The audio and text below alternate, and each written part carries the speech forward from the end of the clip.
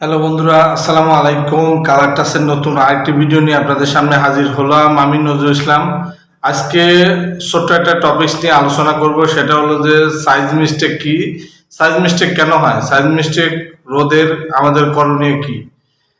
Size mistake হলো অর্থাৎ একটা বায়ারের যদি 5টা সাইজ থাকে, ধরেন small, medium, large, XL to XL, এই 5টা সাইজের ভিতর দেখা গেছে যে বডি, স্মলের বডিতে লেভেল মিডিয়াম, অথবা মিডিয়ামের বডিতে স্মলের লেভেল, অথবা এক্সেলের বডিতে মিডিয়ামের লেভেল, এটাই সাধারণত সাইজ মিস্টেক। সাইজ মিস্টেক বিভিন্ন কারণে হতে পারে। আমার ভিডিওটা অবশ্যই আপনারা মনোযোগ দিয়ে শুনবেন, শুনলে ইনশাল্লাহ আপনাদের অবশ্যই ভালো একটা উপকার হবে।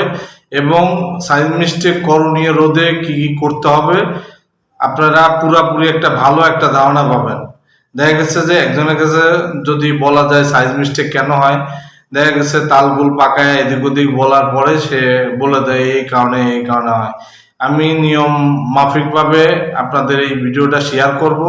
অবশ্যই আপনারা পার্ট বাই পার্ট ওইভাবে সিস্টেমে আনলে তবে আশা করা যায় সাইজ মিস্টেক রোধ করা সম্ভব।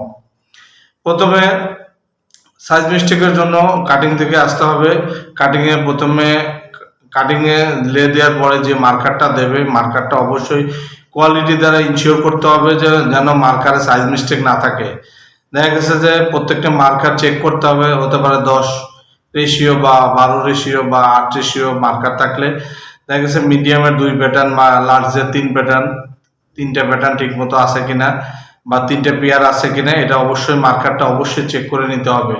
মার্কার চেক করলে তবে গিয়ে আপনি জানবেন যে এই লেতে কোনো সাইজ মিস্টেক নাই। এবং দ্বিতীয় কাজ হলো, যদি আপনার মার্কার ঠিক থাকে তারপরে আপনার স্টিকার ম্যানের অবশ্যই সেটা দেখে দিতে হবে। দেখা গেছে যে স্টিকার মারা মিস্টেক করতে পারে, যে মিডিয়ামের বডিতে স্মলের স্টিকার লাগতে পারে এবং মারতে পারে। আপনার অবশ্যই স্টিকার ম্যানের এই বিষয়টা খেয়াল রাখতে হবে। তৃতীয় যে বিষয়টা খেয়াল রাখতে হবে সেটা হলো যে বান্ডিল বাদে, কাটিং এর যে বান্ডিল বাদে, অর্থাৎ বান্ডিল ম্যান বা গার্ডার ম্যান, অবশ্যই তার বাঁধার সময় এটা দেখতে হবে যে কোনো রেশিও মিস্টেক বা সাইজ মিস্টেক যাতে না বাঁধে।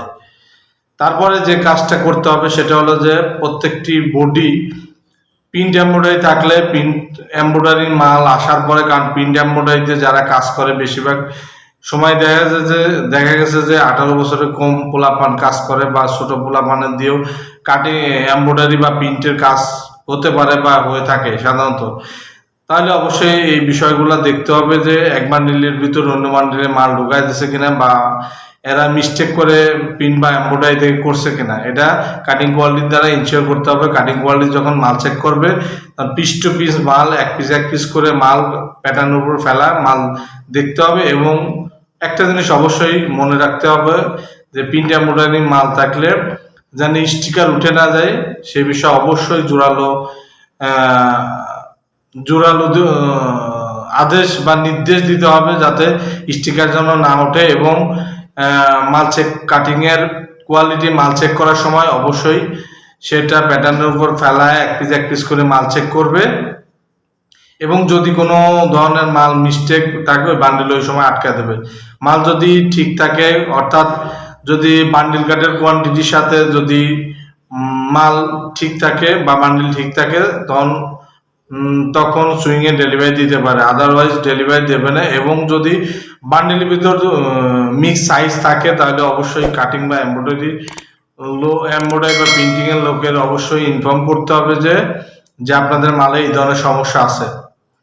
মালটা যখন বান্ডিলটা ওকে যাবে তখন অবশ্যই সুইং এ দিয়ে দিতে হবে। এবং সুইং এ যারা লাইন চিপ বা সুপারভাইজারের সাইজের ক্ষেত্রে যে ভূমিকা থাকবে সেই বিষয়গুলো আলোচনা করা হলো।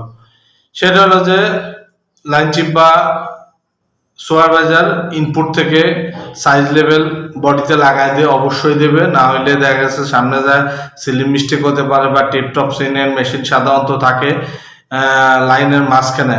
তাইলে দেখা গেছে যে শোল্ডার মেশিন থেকে লেভেল টপসিন বা লেভেল অ্যাটাচমেন্টের মেশিন যদি 20 মেশিন পরে থাকে তাহলে অবশ্যই সাইজ মিস্টেক হতে পারে। এই বিষয়টা এই জন্যই পিছন থেকে সাইজ ইন্ডিকেটরের জন্য অবশ্যই পিছন থেকে সাইজ মেনশন করে বডির সাথে সাইডে অবশ্যই লাগায় দেবে।